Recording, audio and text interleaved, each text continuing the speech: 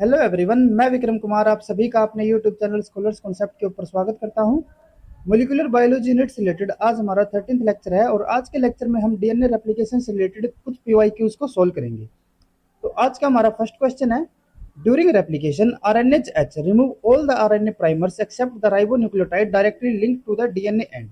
This is because जब हमने primer removal के बारे में पढ़ा था तो हमने वहां पे बताया था कि हमारा जैसे कि ये प्राइमर हो गया और इसके आगे क्या होता है, हमारा डीएनए ऐड होता है। तो ये हमारा क्या हो गया, आरएनए, और ये हमारा हो जाता है डीएनए।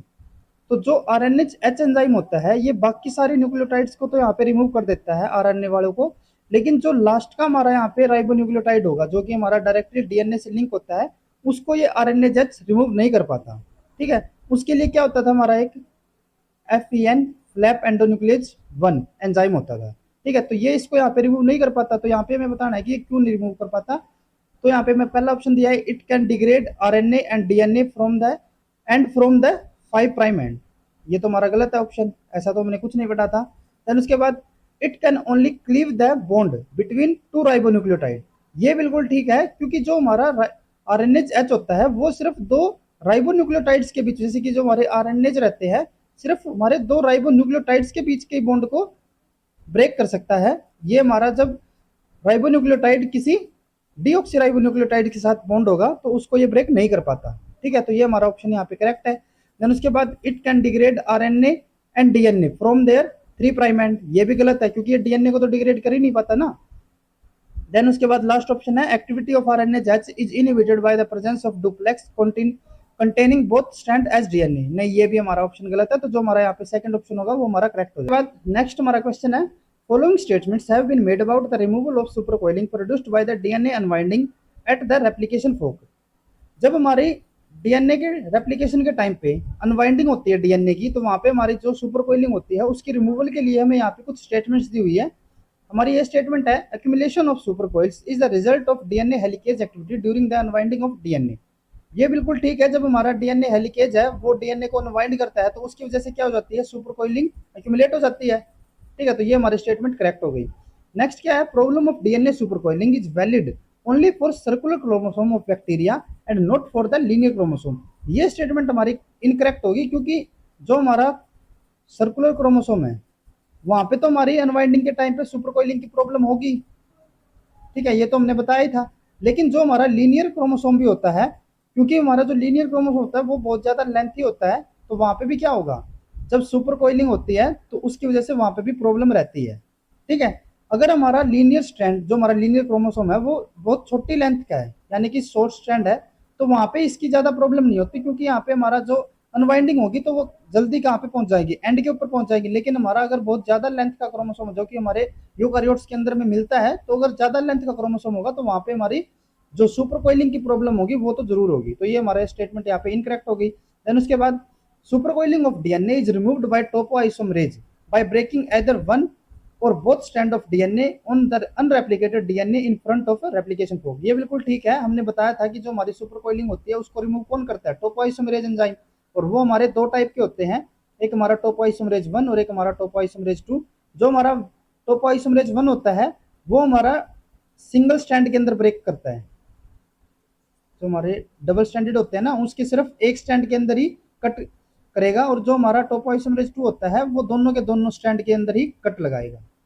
ठीक है, तो ये हमारी स्टेटमेंट करेक्ट हो जाती है। देन उसके बाद बोथ टोपोआइसोमरेज 1 एंड टोपोआइसोमरेज 2 है यहाँ पे हमारा, can remove positive supercoiling during replication. ये हमारी बिल्कुल करेक्ट स्टेटमेंट है। जो हमारा टोपोआइसोमरेज 1 और 2 होते हैं वो क्या करते हैं, जो पॉजिटिव सुपरकोइलिंग हो जाती है डीएनए हेलिकेज की वजह से, तो उसको ये क्या कर देते हैं, रिमूव कर देते हैं। तो यहाँ पे हमारी कौन कौन सी स्टेटमेंट ठीक है, ए, सी और डी। तो यहाँ पे जो हमारा थर्ड ऑप्शन होगा वो हमारा करेक्ट हो जाएगा, बाकी हमारे ऑप्शन यहाँ पे इनकरेक्ट है। देन उसके बाद नेक्स्ट क्वेश्चन है, in eukaryotic cells replication initiation from a replication origin occur only once per cycle and S phase CDKs play a vital role in regulation of DNA replication. In budding yeast, a protein complex known as origin recognition complex is associated with the DNA replication origin during G1. However, origins fire only once at the beginning of S phase. DNA replication does not start in G1 because हमने जैसे कि बताया था कि जो हमारे eukaryotes होते हैं उनके अंदर हमारा एक ओआरसी प्रोटीन होता है, वो क्या होता है हमारा ओरिजिन रिकॉग्निशन कॉम्प्लेक्स, जो कि हमारे जो डीएनए है जहाँ से हमारा रेप्लिकेशन स्टार्ट होनी है उस साइट को क्या करता है, ये रिकॉग्नाइज करता है, डिटेक्ट करेगा। ठीक है, और यहाँ पे फिर फर्दर क्या होता है कि हमारा हेलिकेज यहाँ पे लोड हो जाते थे। ठीक है, जो हमारा MCM27 कॉम्प्लेक्स था वो यहाँ पे बाउंड हो जाता था, हेलिकेज लोडर इसको यहाँ पे रिक्रूट करते थे। ठीक है, लेकिन हमने बताया था कि जब हमारा जीवन फेज रहता है तो वहां पे हमारा हेलिकेज लोड जरूर हो जाता है, हेलिकेज लोड तो हो जाएगा। ठीक है, लेकिन ये किस फॉर्म में होगा, इनएक्टिव फॉर्म में। ठीक है, और ये एक्टिव कब होगा, जब एस फेज स्टार्ट होता है, वहां पे हमारे जो सीडीकेज है वो एक्टिवेट हो जाते हैं, जो कि क्या करते हैं हमारे जो हेलिकेज है उसको एक्टिवेट कर देते हैं। तो वो हमारे कब होते हैं, एस फेज के अंदर, यानी कि जीवन के अंदर हमारा हेलिकेज लोड होता है और एस फेज के अंदर हमारा हेलिकेज एक्टिवेट होगा। तो यहाँ पे हमें इसके लिए रीजन दिए हुए हैं। तो पहला हमारा क्या है, MCM helicase are inactive in G one phase, ये हमारा बिल्कुल करेक्ट स्टेटमेंट है, क्योंकि हमारा जो हेलिकेज है वो जीवन फेज के अंदर कैसा रहता है, इनएक्टिवेट। देन उसके बाद spindle checkpoint is active in G one, इससे तो हमारा कोई लेना देना था ही नहीं, तो ये तो हमारा इनकरेक्ट है।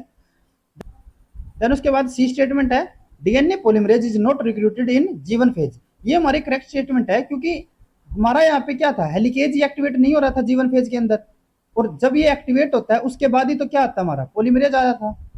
ठीक है, वो तो हमारा एस फेज में आएगा ना।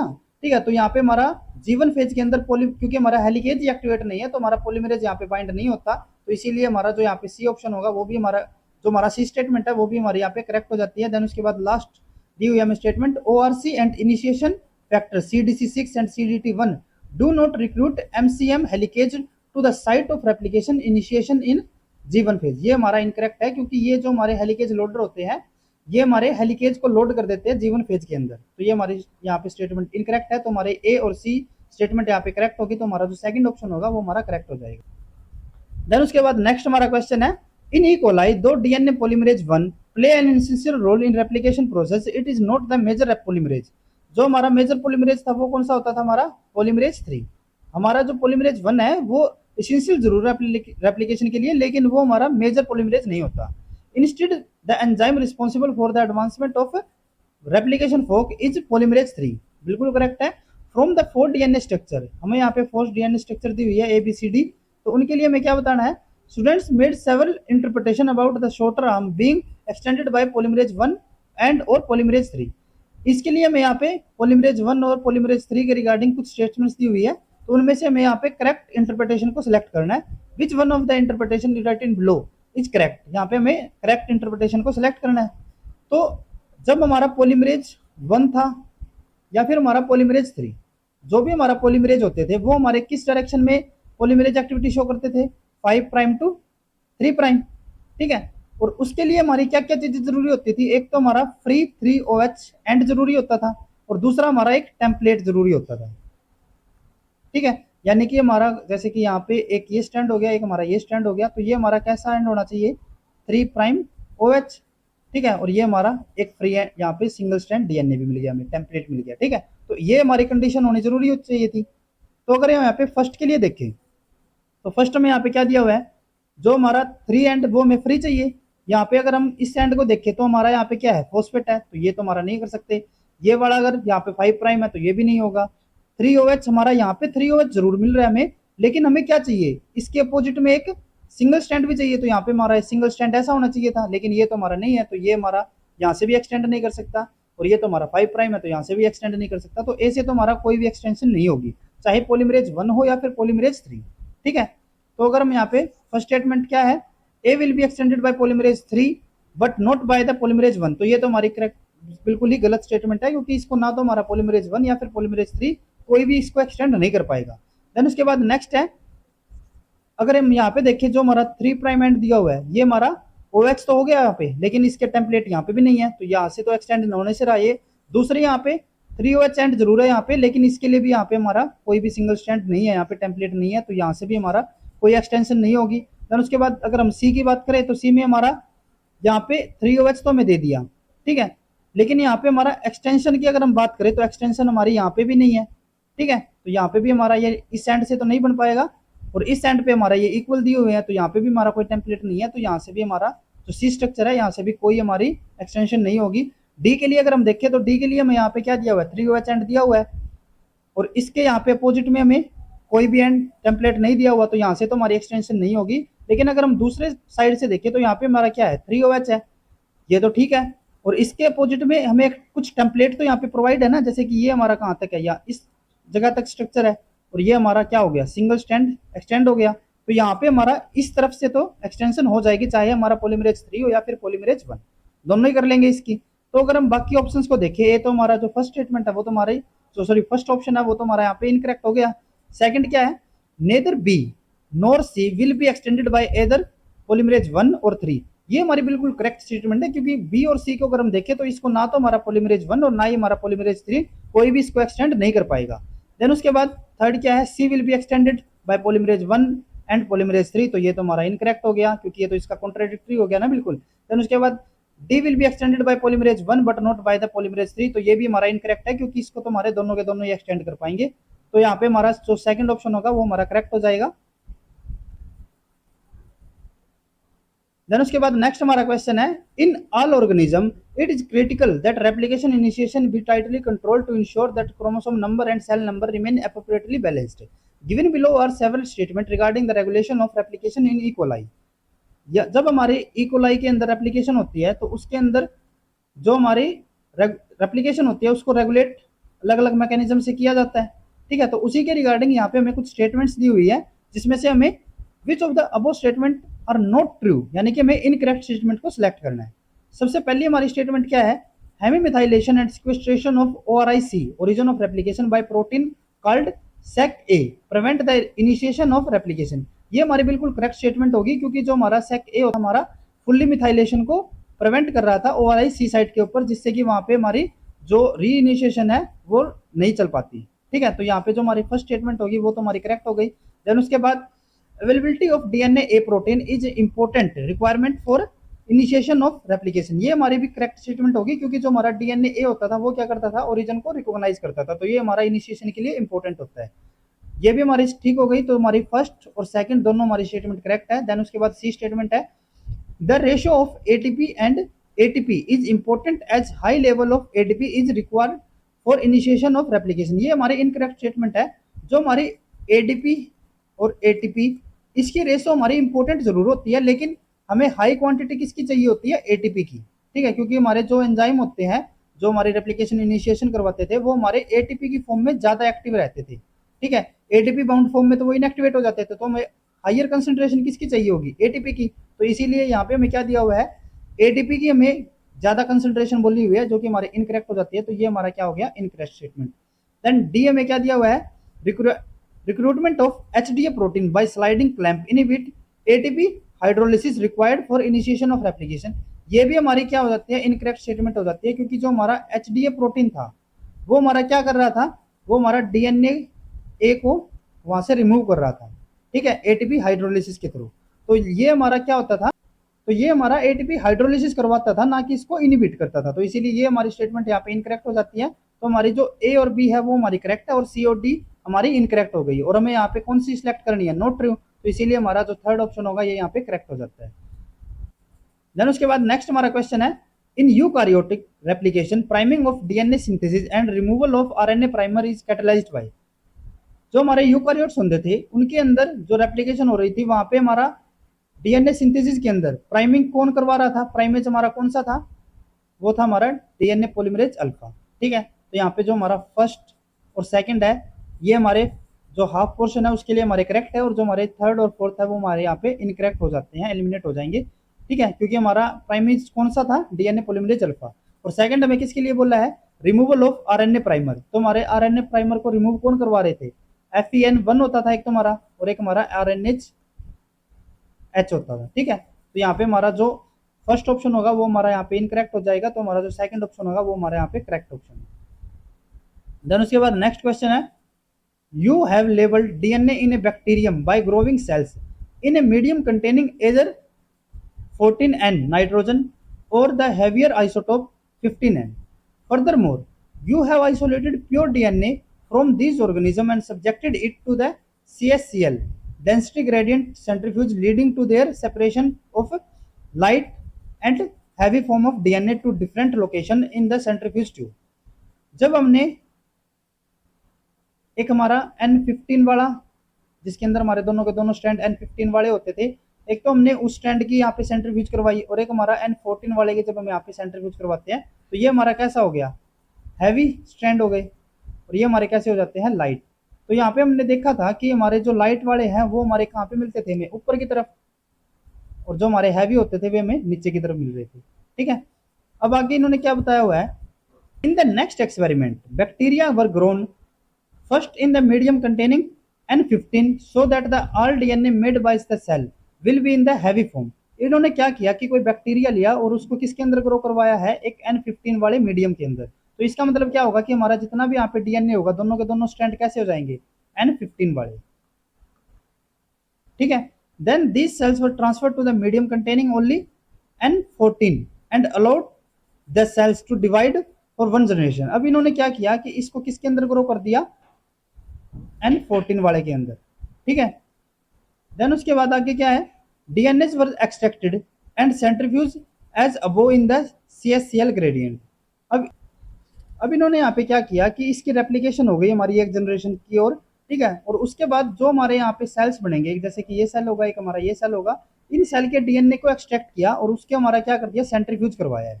ठीक है, तो सेंट्रीफ्यूज करने के बाद क्या आया, a hybrid DNA band was observed at a position located between and equidistant from the N14 and N15 DNA bands। Based on the above observation, which of the following correct conclusion is correct।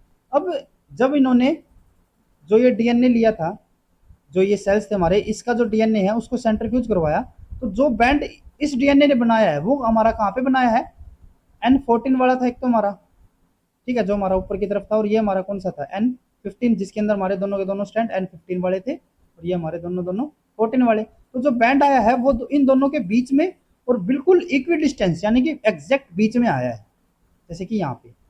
ठीक है, तो हमें बताना है कि इस experiment के basis पे हम क्या कंक्लूजन निकाल सकते हैं। पहला हमारा क्या है, replication of the DNA is conservative. ये हमारा इनकरेक्ट होगा, क्योंकि अगर ये हमारी यहाँ पे कंजर्वेटिव रेप्लिकेशन होती है तो उसके अंदर क्या होगा, हमारा जो एक सेल है उसके अंदर तो हमारे दोनों के दोनों कैसे होंगे, 15 वाले, और एक हमारा कैसा हो जाएगा, 14 वाला।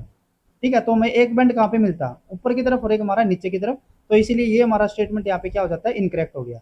नेक्स्ट में क्या दिया हुआ है, नेक्स्ट में बोल रहा है replication of DNA is semi conservative. ये हमारा करेक्ट स्टेटमेंट होगा। क्यों, क्योंकि यहाँ पे अगर हमारी सेमी कंजर्वेटिव रेप्लिकेशन होती है तो उसके अंदर क्या होगा, हमारा एक N15 वाला यहाँ पे चला गया, और एक N15 यहाँ पे, और एक हमारा N14 यहाँ पे चला गया, और एक हमारा N14 यहाँ पे। नई सिंथेसिस हो रही है ना, क्योंकि हमें अब जो मटेरियल दिया है, जो हमें न्यूट्रिएंट प्रोवाइड किया वो कौन सा है, N14 वाला। तो यहाँ पे तो हमारे N14 वाले स्टैंड बनेंगे। तो अब अगर हम इसको देखें तो ये हमारा क्या हो गया, एन हाइब्रिड वाला बन गया ना, N14 और N15। तो यहाँ पे इसकी जो पोजीशन होगी बैंड्स के अंदर वो हमारी कहाँ पे होगी, बिल्कुल एग्जैक्टली बीच में, क्योंकि इसके अंदर एक N14 भी है और एक N15 भी है। ठीक है, तो ये हमारा यहाँ पे करेक्ट ऑप्शन होगा। नेक्स्ट में क्या दिया हुआ है, replication of DNA is dispersive. Dispersive अगर हम देखें तो डिस्पर्सिव के अंदर हम क्या कह रहे थे कि जो हमारा स्टैंड होता था वो हमारा स्मॉल फ्रेगमेंट्स के अंदर ब्रेक हो जाता था। तो यहाँ पे हमें कैसे मिलेंगे, इस तरीके से ब्रेक वाले मिलेंगे। ठीक है, अब यहाँ पे जो हमारा बाकी का स्टैंड होगा उसको कौन कंप्लीट करेगा, हमारा N14 वाले। तो अगर हम इसकी पोजीशन देखें इस बैंड की, तो वो हमें N14 और 15 के बीच में जरूर मिलेगी, लेकिन हमारे बिल्कुल इक्वी डिस्टेंस पे नहीं हो सकती।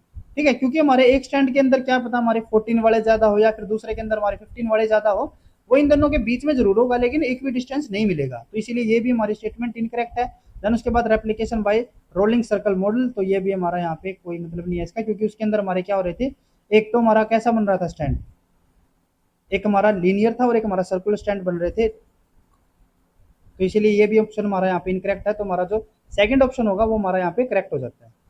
देन हमारा नेक्स्ट क्वेश्चन है, coping errors occurring during replication are corrected by the proofreading activity of DNA polymerase that recognize incorrect bases। यहाँ पे हमें किसके लिए बताया है, एक्सोन्यूक्लियस एक्टिविटी के लिए। ठीक है, अब इसके लिए मैं अलग अलग यहाँ पे ऑप्शन दी हुई है। पहला ऑप्शन हमारा क्या है, at the 5 prime end of the growing chain and remove them by 5 prime to 3 prime exonuclease activity. तो ये हमारी क्या होगी, इनकरेक्ट स्टेटमेंट होगी, क्योंकि जो हमारी एक्सोन्यूक्लियस एक्टिविटी काम कर रही थी वो हमारी किस डायरेक्शन में होती थी, 3 प्राइम टू 5' और वो कहाँ से स्टार्ट होती थी 3' से। तो यहाँ पे हमारा ये ऑप्शन क्या हो गया, इनकरेक्ट हो गया। नेक्स्ट हमारा क्या है, at the 3' end of the growing chain and remove them by 5' to 3', तो इसीलिए ये भी हमारा इनकरेक्ट है। नेक्स्ट में क्या दिया हुआ है, at the 3' end of the growing chain and remove them by 3' to 5' exonuclease activity, तो ये हमारा यहाँ पे करेक्ट ऑप्शन होगा। नेक्स्ट में 5' एंड के लिए बोल रहा है, तो ये भी हमारा इनकरेक्ट है, तो हमारा थर्ड ऑप्शन यहाँ पे करेक्ट हो जाएगा। देन उसके बाद नेक्स्ट हमारा क्वेश्चन है, eukaryotic DNA polymerase alpha has tightly associated primase activity but moderate processivity. DNA polymerase epsilon and delta are highly processive but lack primase activity. Given below are 4 statement about the leading and lagging strand synthesis in eukaryotic, which one is true. पहला हमारा यहाँ पे क्या statement है, both leading and lagging strand are synthesized by DNA polymerase alpha. Moderate processivity is essential to maintain the fidelity of replication। ये हमारा incorrect होगा, क्योंकि हमने यूकारियोटिक के अंदर देखा था कि हमारी जो पॉलीमरेज अल्फा होता था वो हमारा क्या कर रहा था, प्राइमर की सिंथेसिस कर रहा था, लेकिन लो प्रोसेसिविटी की वजह से इसको कौन रिप्लेस कर रहे थे, एक हमारा एप्सिलॉन और एक हमारा डेल्टा। जो हमारा एप्सिलॉन होता था वो कहाँ पे मिलता था हमें, लीडिंग स्ट्रैंड के ऊपर, और ये हमारा कहाँ पे मिलता था, डेल्टा लैगिंग स्ट्रैंड के ऊपर। ठीक है, तो ये हमारा पहला ऑप्शन यहाँ पे इनकरेक्ट है। देन उसके बाद entire leading and lagging strand are synthesised by epsilon and delta, तो इसीलिए ये भी हमारा इनकरेक्ट हो गया, क्योंकि इसी स्टार्टिंग में हमारा कौन सा काम कर रहा है, अल्फा वाला। Only the lagging strand synthesise needs primer and the synthesis of DNA polymerase alpha, तो इसीलिए ये भी हमारा इनकरेक्ट है। लास्ट हमारा क्या है, primer for both strand are synthesised by DNA polymerase alpha followed by polymerase switching with epsilon and delta, तो इसीलिए ये हमारा यहाँ पे ऑप्शन करेक्ट हो जाएगा, क्योंकि यहाँ पे हमारी क्या हो रही थी, पॉलीमरेज स्विचिंग चल रही थी। नेक्स्ट हमारा क्वेश्चन है, although ribonucleotide triphosphate RNTPs are present at approximately 10-fold higher concentration than deoxyribonucleotide triphosphate in the cell, but they are incorporated into DNA at a rate that is more than 1000-fold lower than the DNTPs। अब यहाँ पे मैं क्या दिया हुआ है कि हमारे RNTPs जो होते हैं वो किसी सेल के अंदर हमारे DNTPs के कंपेयर में 1000 फोल्ड ज्यादा होते हैं, लेकिन फिर भी हमारा क्या है, जो पॉलीमरेज होता है वो हमारा डीएनटीपीज को ही सिलेक्ट करता है रेप्लिकेशन के अंदर, ना कि आरएनटीपीज को। तो इसके लिए हमें यहाँ पे रीजन बताना है कि ये हमारा क्यों होता है। जब हमने रेगुलेशन के बारे में बताया था और हमने पॉलीमरेज के लिए बताया था कि हमारा पॉलीमरेज किस तरीके से करेक्ट बेस पेयर को सिलेक्ट करता है, तो वहां पे हमने आपको बताया था कि इसके लिए हमारा क्या होता है कि पॉकेट होती है, जो हमारा पॉलीमरेज होता है वहां पे हमारी एक बाइंडिंग पॉकेट रहती है, जो कि हमारा आरएनटीपीज के अंदर हमारा क्या होता था, राइबोज शुगर होगा, और राइबोज शुगर के अंदर हमारा 2' के ऊपर OH प्रेजेंट होता है, तो ये हमारा क्या हो जाता है, इस पॉकेट के अंदर यहाँ पे ठीक तरीके से फिट नहीं हो पाता। ठीक है, तो इसीलिए यहाँ पे जो हमारा पॉलीमरेज होता है वो आरएनटीपीज को सिलेक्ट नहीं करता। ठीक है, ये हमारा प्रोसीजर था। तो अगर हम यहाँ पे ऑप्शन को देखो, पहला ऑप्शन हमारा क्या है, DNA polymerase can not discriminate between dNTPs and rNTPs, यही से हमारा ये इनकरेक्ट हो गया, क्योंकि हमारा जो पॉलीमरेज होता है वो इनके बीच में डिस्क्रिमिनेट कर पाता है। ठीक है, इन दोनों को डिस्टिंग्विश कर पाता है, तो इसीलिए ये हमारा ऑप्शन यहाँ पे इनकरेक्ट है। नेक्स्ट क्या है, DNA polymerase can not discriminate between dNTPs and rNTPs, ये भी हमारा इनकरेक्ट हो गया, क्योंकि ये इसको डिस्क्रिमिनेट कर रहा है ना। देन उसके बाद DNA polymerase efficiently discriminate between rNTPs and dNTPs because its nucleotide binding pocket can not accommodate a 2' OH on the incoming nucleotide, तो ये हमारा क्या हो गया, करेक्ट स्टेटमेंट होगी, क्योंकि हमने अभी बताया ना यहाँ पे हमारी एक पॉकेट होती है जो कि हमारी 2' OH को अकोमोडेट नहीं कर पाती। ठीक है, और डीएनटीपीज के अंदर तो ये हमारा जो 2' के ऊपर OH है वो हमारा प्रेजेंट ही नहीं होता, तो इसीलिए यहाँ पे इसको इजिली अकोमोडेट कर पाती है, तो ये हमारा स्टेटमेंट यहाँ पे करेक्ट है। नेक्स्ट क्या है, DNA polymerase can not discriminate between rNTPs and dNTPs, तो इसीलिए ये भी हमारा इनकरेक्ट हो गया, तो हमारा जो थर्ड ऑप्शन होगा वो हमारा करेक्ट हो जाएगा। नेक्स्ट क्या है, telomeres A RNA protein complex which complete the replication of telomerase during DNA synthesis is specialized। यहाँ पे हमें टेलोमेरेज के लिए बताना है कि हमारा टेलोमेरेज है वो किस तरीके की एक्टिविटी शो करता था। टेलोमेरेज के लिए हमने बताया था आपको कि ये हमारा क्या होता है, इसके अंदर हमारे मल्टीपल प्रोटीन होते हैं और एक हमारा RNA रहता है। तो जो हमारे प्रोटीन रहते हैं उसमें से हमारा एक प्रोटीन की जो सब यूनिट होती है वो हमारी कौन सी एक्टिविटी शो कर रही थी, रिवर्स ट्रांसक्रिप्टेज, जिसका मतलब क्या था कि ये हमारा आरएनए से क्या सिंथेसाइज करेगा, डीएनए को। ठीक है, तो यहाँ पे हम पहले अगर ऑप्शन को देखें तो पहला हमारा क्या है, आरएनए डिपेंडेंट डीएनए पॉलीमरेज, तो ये हमारा क्या हो जाएगा, यहाँ पे करेक्ट हो जाएगा। नेक्स्ट हमारा क्या है, डीएनए डिपेंडेंट डीएनए पॉलीमरेज, तो ये हमारा इनकरेक्ट होगा क्योंकि ये आरएनए की सिंथेसिस कर रहा है किसके लिए, डीएनए की साथ।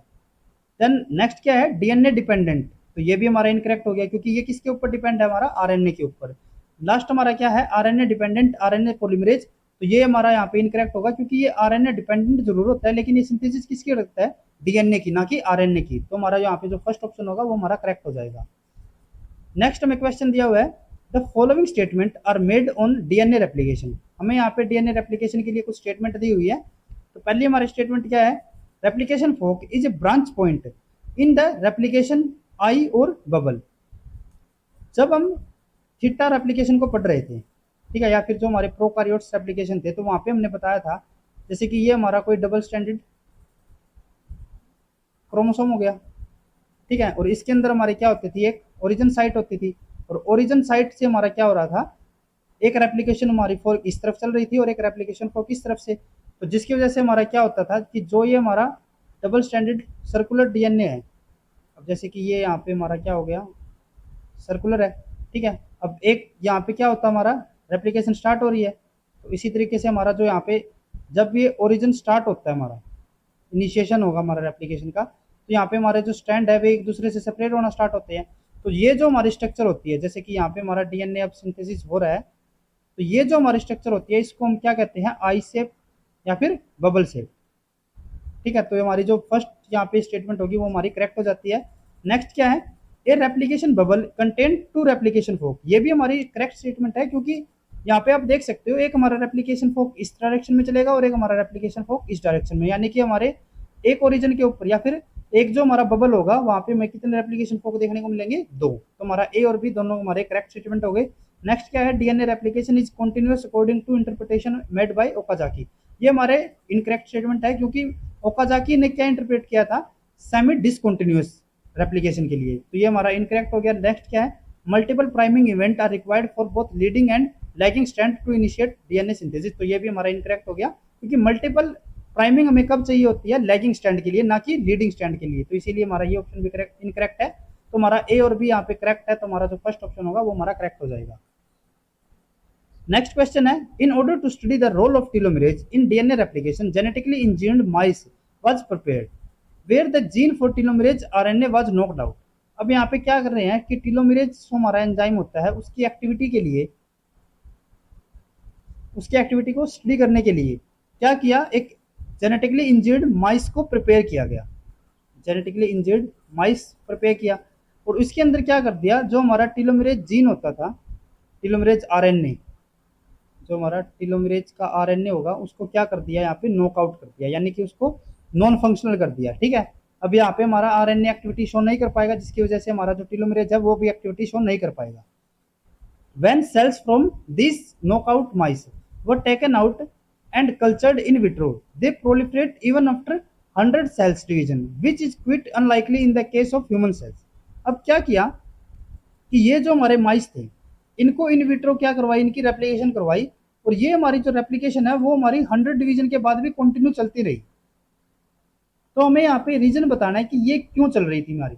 अब जो हमारा टीलोमेरेज होता था, टीलोमेरेज हमारा क्या करता था, टीलोमियर की लेंथ को मेंटेन करके रखता था, ठीक है। और टीलोमियर की लेंथ मेंटेन करनी क्यों जरूरी होती थी, क्योंकि अगर हमारे टीलोमियर की लेंथ मेंटेन नहीं होगी तो जो हमारा क्रोमोसोम होगा, जैसे कि ये हमारा माइस क्या होता है, हमारा यूकारियोट होता है, तो इसके अंदर जो हमारा लीनियर डीएनए होगा या फिर लीनियर क्रोमोसोम होगा वो क्या होता जाएगा, हमारा कंटिन्यू डिग्रेड होता जाएगा, ठीक है। और कई रेप्लिकेशन के बाद वो क्या हो जाएगा, हमारा जो पूरा का पूरा क्रोमोसोम है वही हमारा क्या हो जाएगा, यहाँ से खत्म हो जाएगा, ठीक है। या फिर अगर हमारा ये हाफ भी यहाँ से अगर रिमूव हो जाता है तो हमारी जो रेप्लिकेशन है वो फर्दर आके कंटिन्यू नहीं चल पाएगी। लेकिन जो हमारे जेनेटिकली इंजीनियर्ड माइस थे इनके अंदर क्या देखा गया कि 100 डिवीजन के बाद भी ये कंटिन्यू चल रही है, ठीक है। तो इसके लिए मैं यहाँ पे रीजन देना कि वो क्यों चल रहे हैं।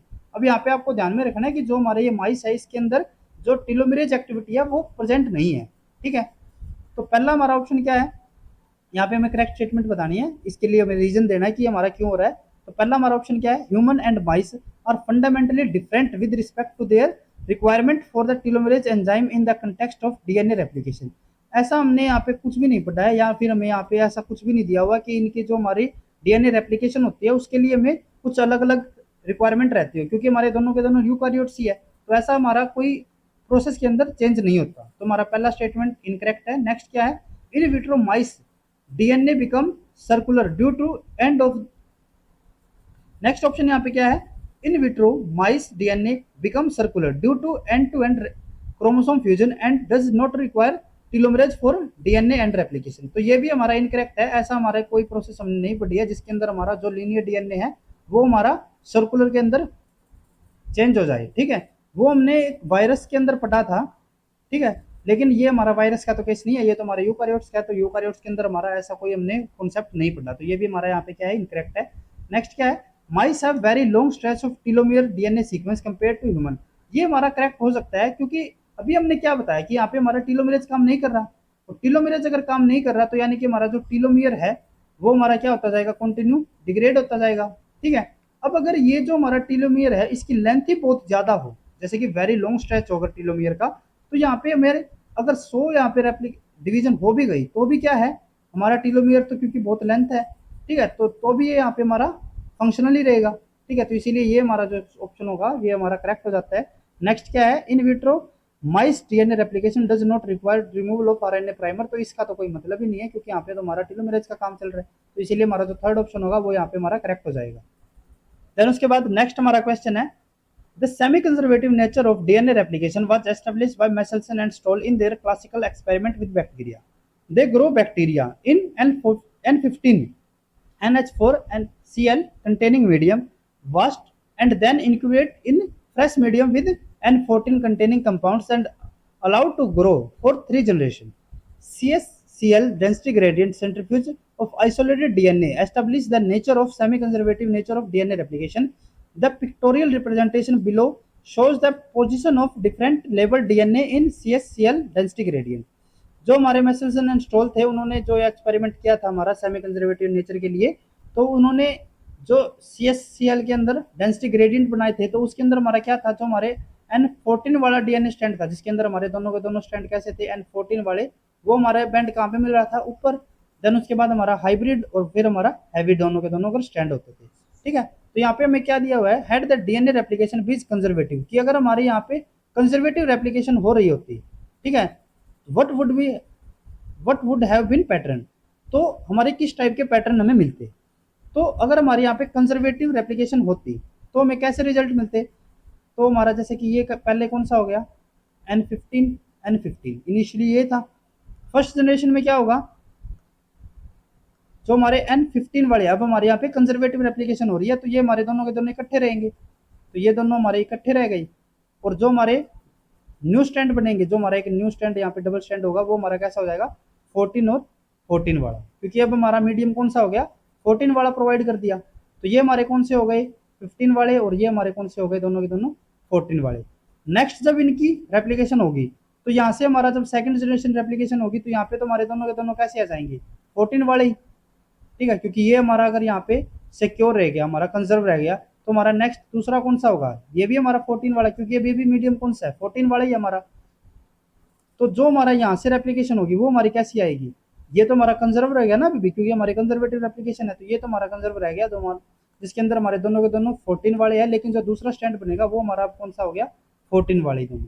ठीक है, सेम जैसे कि हमारा यहाँ पे जो लॉजिक था।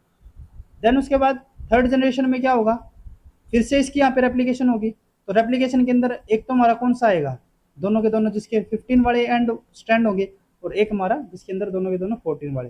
अगर इसकी बात करें तो दोनों के दोनों हमारे यहाँ पे जो स्टैंड बनेंगे वो हमारे कौन से होंगे 14 वाले, और इसके भी हमारे 14 वाले। तो इसी तरीके से यहाँ पे तो दो हमारे यहाँ से आएंगे, दो हमारे यहाँ से, दो यहाँ से हो गई, ये हमारे दोनों हो गए। ठीक है, तो 6 ये और एक हमारा ये, यानी कि 7 जो हमारे डीएनए होंगे वो कैसे होंगे हमारे लाइट वाले। ठीक है, यानी कि वे हमें कहाँ पे मिलेंगे सबसे ऊपर, और एक हमारा कैसा होगा हैवी वाला, यानी कि जो हमारा सबसे नीचे मिलेगा।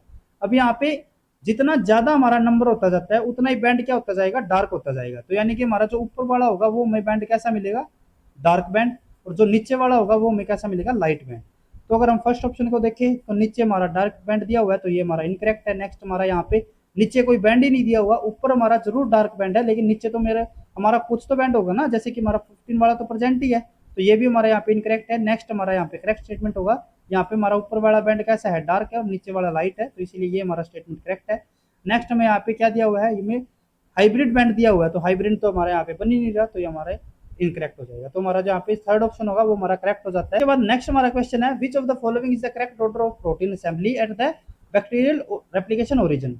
जो हमारा बैक्टीरियल रेप्लिकेशन ओरिजिन था उसके ऊपर जो हमारे प्रोटीन की असेंबली हो रही थी उसका हमें करेक्ट ऑर्डर बताना है यहाँ पे। ठीक है, तो यहाँ पे हमारे कौन कौन से प्रोटीन दिए हुए हैं, एक हमें दिया हुआ है डीएनए ए, एक हमें दिया हुआ है डीएनए बी, एक हमारा प्राइमेज है और एक हमारा पॉलीमरेज है। तो अगर हम ऑर्डर की वैसे ही बात करें तो सबसे पहले हमारा कौन सा होता था, ए ही आता था जो कि हमारा ओरिजिन को रिकॉग्नाइज करता था। देन उसके बाद हमारा हेलिकेज है जो कि डीएनए बी है वो हमारा बाइंड होता था। फिर उसके बाद प्राइमेज आता था जो कि प्राइमर की सिंथेसिस कर रहा था, और फिर हमारा पॉलीमरेज लास्ट में आता था जो कि डीएनए की सिंथेसिस करेगा। तो हमारा ऑर्डर भी क्या रहेगा, हमारा DNA A, then B, primase and polymerase. तो हमारा जो यहाँ पे फर्स्ट ऑप्शन होगा वो हमारा करेक्ट हो जाएगा, DNA A, then DNA B, primase and polymerase. Next में क्या दिया हुआ है, DNA B, then DNA A, तो ये तो हमारा इनकरेक्ट हो गया क्योंकि सबसे पहले तो हमारा रिकॉग्नाइज ही होगा, तो डीएनए ए आएगा। यहाँ पे हमारा डीएनए ए पहले है, लेकिन फिर उसके बाद हमारा प्राइमेज दिया हुआ है और फिर उसके बाद हेलिकेज। तो पहले हमारा कौन सा आएगा, इन दोनों में से प्राइमेज और हेलिकेज में से हमारा पहले हेलिकेज आएगा, तो इसीलिए ये भी हमारा क्या हो गया, इनकरेक्ट है। ये भी इनकरेक्ट है और लास्ट वाला भी हमारा इनकरेक्ट है क्योंकि यहाँ पे हमारा हेलिकेज पहले बाउंड कर रखा है रिकॉग्निशन के बाद। लास्ट हमारा आज का क्वेश्चन है, the figure below show the structure of replication fork. ये हमें एक रेप्लिकेशन फोक की स्ट्रक्चर दी हुई है। Based on the information following statement are made, और इसके बेस पे हमें अलग अलग स्टेटमेंट प्रोवाइड की गई है। तो हमें यहाँ पे करेक्ट स्टेटमेंट के पेयर को सिलेक्ट करना है। तो पहला हमारा यहाँ पे क्या स्टेटमेंट दी हुई है, फर्स्ट, जो हमारा ये फर्स्ट है ये इसको रिप्रेजेंट कर रहा है। तो first represent the leading stand, while second, third, fourth represent the Okazaki fragment. और जो ये हमारे सेकंड, थर्ड और फोर्थ है ये हमारे क्या है, लैगिंग स्टैंड है। तो ये हमारा करेक्ट स्टेटमेंट होगी क्योंकि हमारा अगर फर्स्ट को देखें तो फर्स्ट हमारा कैसा है, कॉन्टिन्यूस है, और कॉन्टिन्यूस हमारा कौन सा होता था, लीडिंग स्टैंड। और ये हमारे जो सेकंड, थर्ड, फोर्थ है ये हमारे किस में, फ्रैगमेंट में। फ्रैगमेंट में हमारे कौन से होते थे, लैगिंग स्टैंड। तो हमारी जो फर्स्ट स्टेटमेंट होगी वो यहाँ पे हमारी करेक्ट हो जाती है। नेक्स्ट में क्या दिया हुआ है, अमंग द ओकाजाकी फ्रैगमेंट, जो हमारी ओकाजाकी फ्रैगमेंट है इनमें से सिंथेसिस ऑफ फोर्थ, यानी कि जो हमारा फोर्थ है इसकी जो सिंथेसिस है occur prior to the synthesis of third and second.